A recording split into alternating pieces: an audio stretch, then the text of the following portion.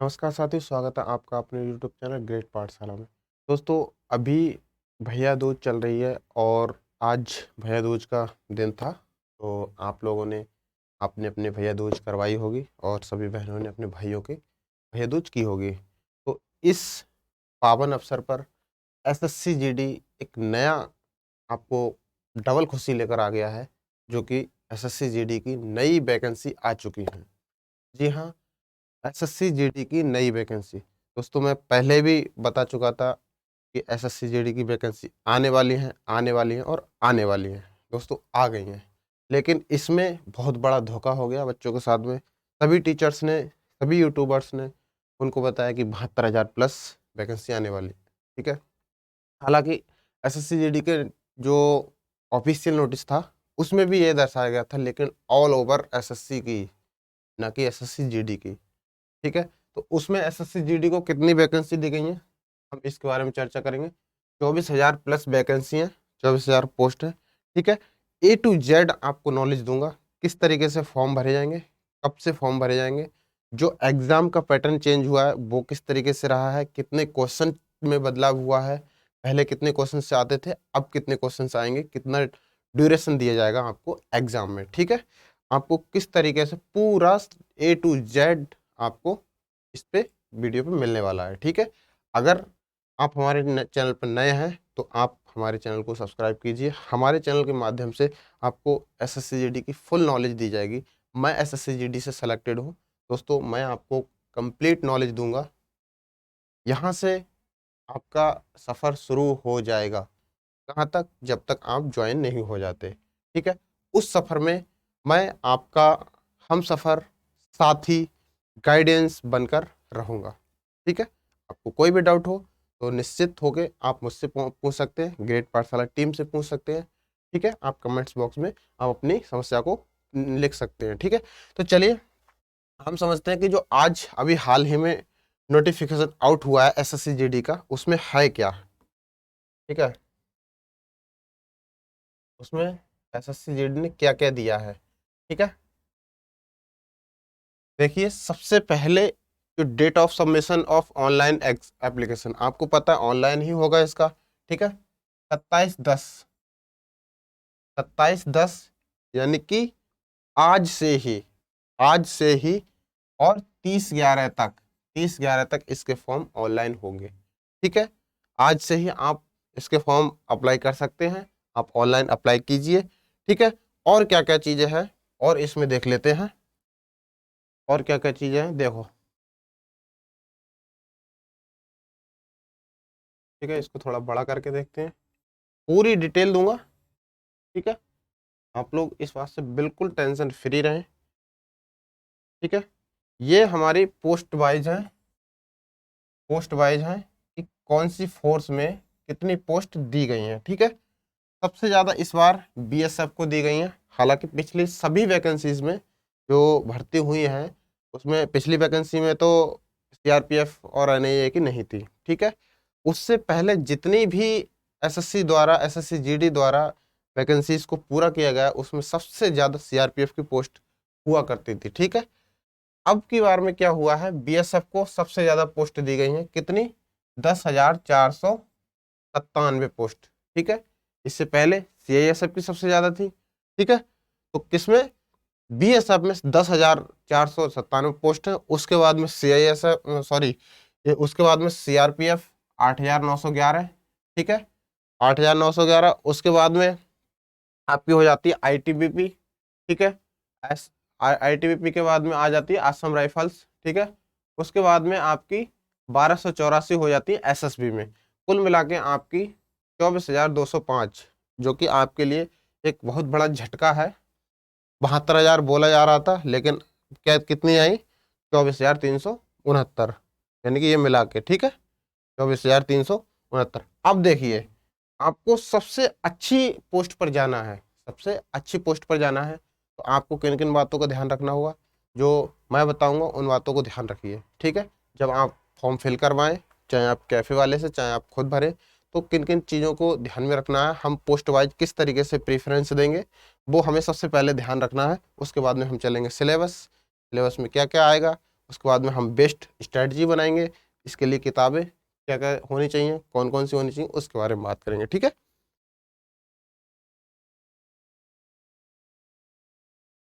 चलिए ये वाली बात हम कंप्लीट कर लेते हैं।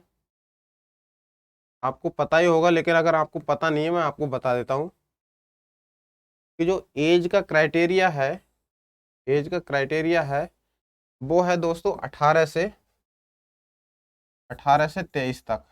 ठीक है, 18 से 23 होने के बाद जो जनरल कैटेगरी का होगा वो तो 23 साल तक ही फॉर्म फिल कर पाएगा, उसके बाद में वो इसके लिए नॉट एलिजिबल हो जाएगा। ठीक है, उसके बाद में आपका अगर कोई SC या ST है तो इस 23 से प्लस 5 साल कर लेना, यानी कि आप 28 साल तक इसमें एप्लीकेशन दे सकते हैं। ठीक है, अगर कोई OBC का है तो आपको 3 साल छूट मिलेगी। ठीक है, अब ये उसके रूल के हिसाब से उसको मिलेगी। ठीक है, इसमें लिखा है कि 18 से 23 years as on 1/1/2023 should not have been born earlier than 2/1/2000। ठीक है, यानी कि 2000 से पहले का ना हो। ठीक है, और इतने के बाद का ना हो, 2005 के बाद का ना हो। ठीक है, इस तरीके से दिया है। ठीक, अब आगे चलते हैं। ये तो मैंने बता ही दिया कि 23 से आपको 3 साल 5 साल की छूट मिलेगी। उसके बाद में और क्या है हमारे काम का, और देख लेते हैं।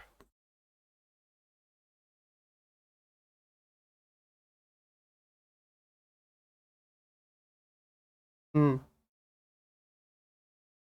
ये सेंटर्स हैं, सेंटर्स तो आपको पता ही होगा, सेंटर्स बताने की जरूरत नहीं है। देखिए अब बात आ जाती है कि जो सिलेबस है वो किस तरीके से चेंज किया गया है। ठीक है, किस तरीके से चेंज किया गया है, देखिए दिखता होगा। ये कंप्यूटर बेस्ड यानी कि CBT एग्जामिनेशन होगा। ठीक है, इसमें 80 क्वेश्चन टोटल होंगे, 80 क्वेश्चन टोटल होंगे। एक क्वेश्चन आपका 2 मार्क्स का होगा। अगर 10 क्वेश्चन दिए गए हैं तो उसके 20 अंक मिलेंगे, जैसा कि दिया गया है। पार्ट ए, पार्ट 4 होंगे।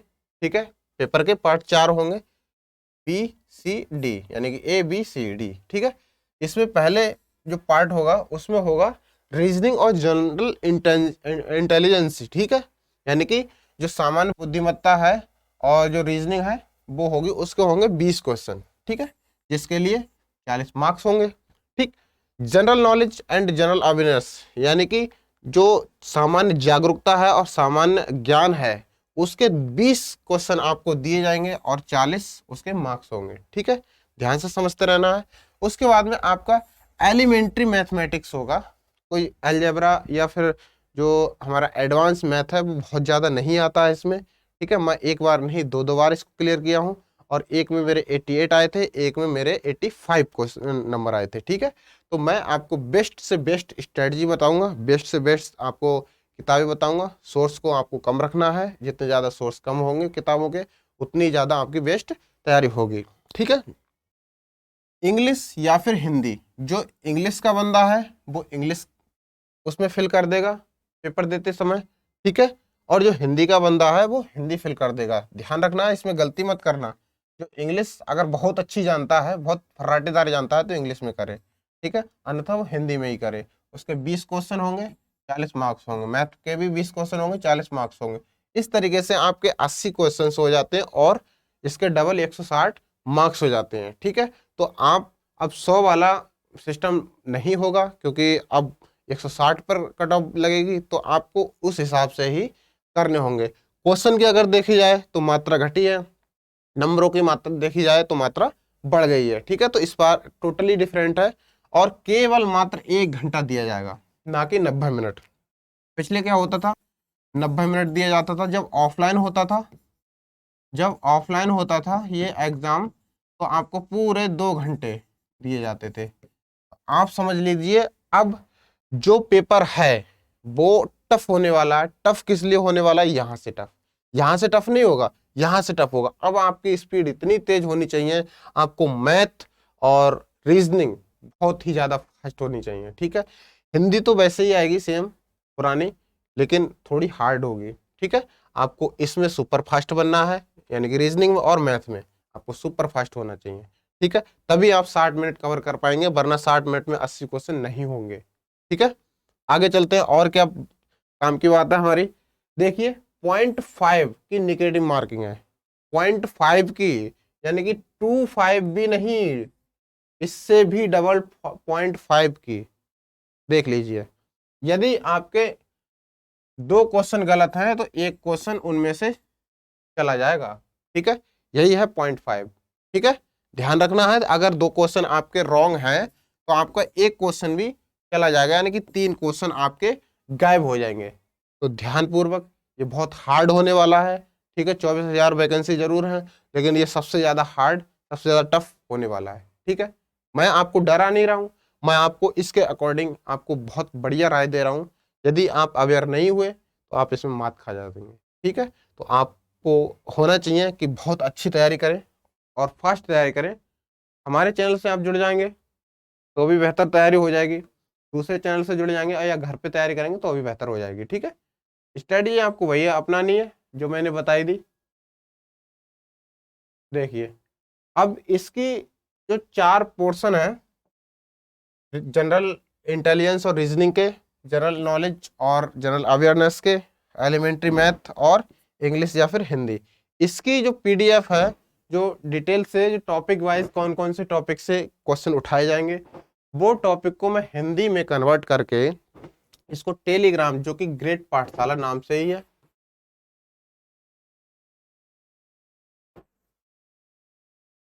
ग्रेट पाठशाला नाम से हमारा टेलीग्राम चैनल है, उस पर मैं इसको अपलोड कर दूंगा, वहां से आप डाउनलोड कर सकते हैं, ठीक है। आगे चलते हैं, हमारे लिए और क्या क्या। देखिए इसमें हाइट, ठीक है। हाइट की मैं बात कर लूं, हाइट दोस्तों 170 होनी चाहिए, 170 सेंटीमीटर, ठीक है। अब देख लेते हैं किसको कितना छूट मिलेगी, ठीक है। यानी कि मेल कैंडिडेट के लिए 170 होने चाहिए। आपकी अगर 171 है तो आपकी वहां जाके 170 बैठेगी, ठीक है। क्योंकि आप जब नापते हैं तो थोड़ा बढ़ा देते हैं, लेकिन वहां एक्यूरेट नापी जाती है, बिल्कुल एक्यूरेट। आपको 1 सेंटीमीटर, 1 पॉइंट सेंटीमीटर का भी फर्क नहीं करते हैं वो लोग, ठीक है। उसके बाद में फीमेल कैंडिडेट है, उसकी 157 सेंटीमीटर होनी चाहिए, ठीक है। इसमें फीमेल के लिए भी है और मेल के लिए भी है। अब उसके बाद में जो रिलैक्सेशन मिलेगा उनकी मैं बता देता हूँ। All candidates belonging to schedule tribes, यानी कि जो एसटी के पूरे भारत के जो कैंडिडेट हैं उनके लिए छूट होगी कितनी। मेल के लिए 162, मेल के लिए 162, ठीक है। 162 सेंटीमीटर होने चाहिए, और फीमेल के लिए होने चाहिए 150 सेंटीमीटर।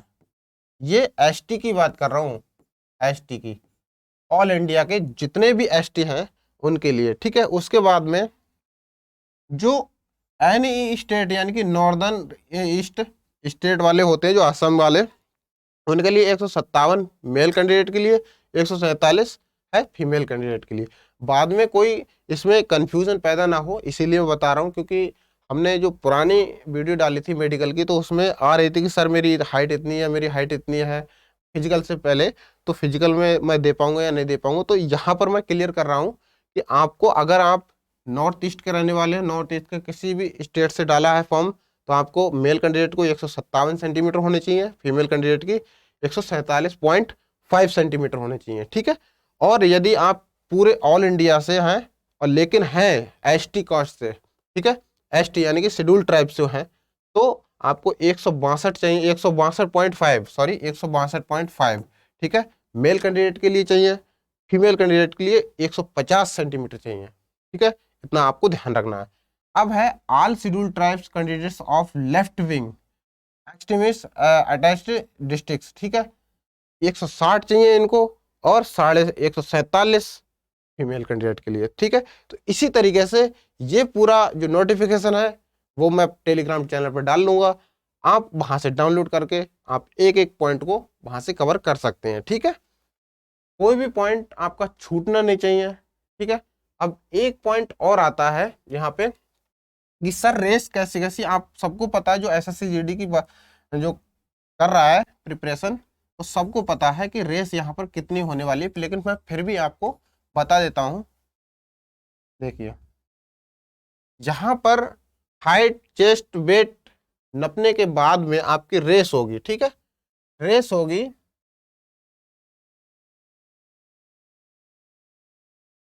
जो रेस होगी वो 5 किलोमीटर 24 मिनट में, बहुत आसान रेस है, बहुत अच्छी रेस है, ठीक है। आप अगर 4 दिन भी पहले दौड़ के गए होंगे तो बड़े आराम से निकाल रहे होंगे, ठीक है। ये मेल के लिए है, फीमेल के लिए है 1600 मीटर, यहाँ पर 1.6 किलोमीटर लिखा है, इसका मतलब होता है 1600 मीटर। 1600 मीटर 8.5 मिनट में आपको तय करनी होगी, किसको, फीमेल कैंडिडेट को, यानी कि लड़कियों को, ठीक है। उसके बाद में उसके बाद में 1.6 किलोमीटर इन 6 साढ़े 6 मिनट में, और 800 मीटर इन 4 मिनट में, ठीक है। ये किसकी बात कर रहा है, ये 4 कैंडिडेट ऑफ लद्दाख रीजन की, 4 कैंडिडेट ऑफ लद्दाख रीजन की, ठीक है। ये लद्दाख रीजन को छोड़ के है और ये लद्दाख रीजन वालों को है, ठीक है। इतना आपको अच्छे से क्लियर हो चुका होगा। अब आपके लिए कौन कौन सी नॉलेज काम की है वो चलते हैं, ठीक है। उसके बाद में देखिए यहाँ पर कुछ सीने में छूट दी गई है, वो मैं आपको क्लियर कर देता हूँ, ठीक है। देखिए all candidate belonging schedule tribe यानी एसटी के लोग, एसटी के लोगों को 76 यानी कि 76 सेंटीमीटर जो है सीना बिना फुलाए चाहिए, यानी कि नॉर्मल तरीके से अगर नापा जाए तो 76 सेंटीमीटर उनका सीना होना चाहिए। उसके बाद में मिनिमम जो फुलाव है, यानी कि इस तरीके से फुलाव है, वो 5 सेंटीमीटर का होना चाहिए, ठीक है। इसमें कोई छूट नहीं है, चाहे आप कहीं भी किसी भी कैटेगरी से बिलोंग करते हो, आपको सब में 5 सेंटीमीटर का फुलाव चाहिए ही चाहिए, ठीक है। आप यदि candidate falling in the category of the Gorkhas, Kumaऊं, Dogras, Marathas, candidates belonging to the states UTs and of Assam, Himachal Pradesh, Jammu Kashmir and Ladakh, यानी कि अगर आप यूनियन टेरिटरी जो दिए गई हैं या फिर ये कैटेगरी दी गई है जैसे गोरखा, कुमाऊं, डोगराज, मराठा के जो भी कैंडिडेट हैं उनके लिए 78 सेंटीमीटर सीना चाहिए बिना फुलाए और 5 सेंटीमीटर का उनको जो फुलाव चाहिए, ठीक है। उसके बाद में candidate hailing from north east eastern states, यहाँ पर स्टेट होगा ऑफ अरुणाचल प्रदेश, मणिपुर, मेघालय, मिजोरम, नागालैंड, सिक्किम, त्रिपुरा, गोरखा, और ये टर्मिनेटरी है, ठीक है, एडमिनिस्ट्रेटिव, ठीक है। इसके लिए 77 यानी कि 77 जो है बिना फुलाए सीना होना चाहिए, ठीक है। लड़कियों को सीना नहीं नापा जाता, ठीक है। आगे चलते हैं, आगे आगे जो मेडिकल एग्जामिनेशन होगा, ठीक है। पहले क्या हो जाएगा, आपका एग्जाम हो जाएगा, एग्जाम के बाद में आपकी एक मेरिट आएगी, मेरिट के बाद में आपका फिजिकल होगा, फिजिकल के में ही जो चेस्ट हाइट वेट और रेस आपकी क्लियर कर दी जाएगी, ठीक है। उसके बाद में आपकी फिर मेरिट लगेगी, फिर मेडिकल के लिए लगेगी, फिर मेडिकल होगा आपका, ठीक है। मेडिकल होगा, जब आपका मेडिकल होगा तब आपके डॉक्यूमेंट्स चेक होंगे, मैं क्लियरली बता देता हूँ। मेडिकल होगा तब आपके डॉक्यूमेंट्स चेक होंगे, उससे पहले आप डॉक्यूमेंट्स को आप कंप्लीट करा लीजिए, चाहे जो भी मांगे हो वो आपको क्लियरली प्रवेश पत्र में बता देगा, ठीक है। मेडिकल के बाद में फिर फाइनल जो कट ऑफ है फाइनल आएगी, फाइनल में अगर आपका नाम आता है तो आप सेलेक्टेड हो जाओगे, ठीक है। तो चलिए अभी और देखते हैं कि इसमें क्या क्या हमारे लिए है कुछ या फिर नहीं है, ठीक है। तो देखिए अब इसके अलावा कुछ है नहीं, इसके अलावा कुछ रहा नहीं हमारे लिए, ठीक है। अब मेन बात आ जाती है इसकी तैयारी की, कि सर तैयारी कैसे करें, ठीक है। सर तैयारी कैसे करें, मैंने पिछले वीडियो जो कि डिस्क्रिप्शन में उसका लिंक दे दूंगा, बताया था कि आपको रीजनिंग रीजनिंग पर विशेष फोकस देना है, ठीक है। एक एक टॉपिक को इसमें वर्बल एंड नॉन वर्बल दोनों तरीके से क्वेश्चन पूछे जाएंगे। ठीक है, बहुत अच्छे क्वेश्चन पूछे जाते हैं, ऐसा नहीं हवा में तीर मारा जाएगा। ठीक है, उसके बाद में आपको मैथ पढ़ना है, मैथ पढ़ना है बहुत अच्छे लेवल का। यहाँ पर ऐसा नहीं कि बहुत ज्यादा लो क्वालिटी के क्वेश्चन आते हैं। अगर आपके 25 यानी कि इस बार तो 20 ही हैं, तो आपको गिने चुने सवाल देगा, आपको हर टॉपिक का गिना चुना सवाल देगा। ठीक है, आप ये मान लीजिए कि आपके 2 क्वेश्चन आपके इजी होंगे। ठीक है, और उसके अलावा 2 क्वेश्चन से लेकर 4 क्वेश्चन तक इतने हार्ड होंगे कि आप पे हिले भी ना। ठीक है, जो बाकी बचे, जो बाकी इनको छोड़कर बचे, वो आपके मॉडरेट क्वेश्चन होंगे। ठीक है, तो आप समझ लीजिए कि कितना हार्ड होने वाला है। उसके बाद में रीजनिंग, फिर हिंदी, आप इन पर अच्छे से फोकस बना लीजिए। हिंदी, रीजनिंग, मैथ आप अच्छे से क्लियर कर लीजिए। ठीक है, आपको जितना चाहे जितना प्रैक्टिस करो, आप लग जाइए।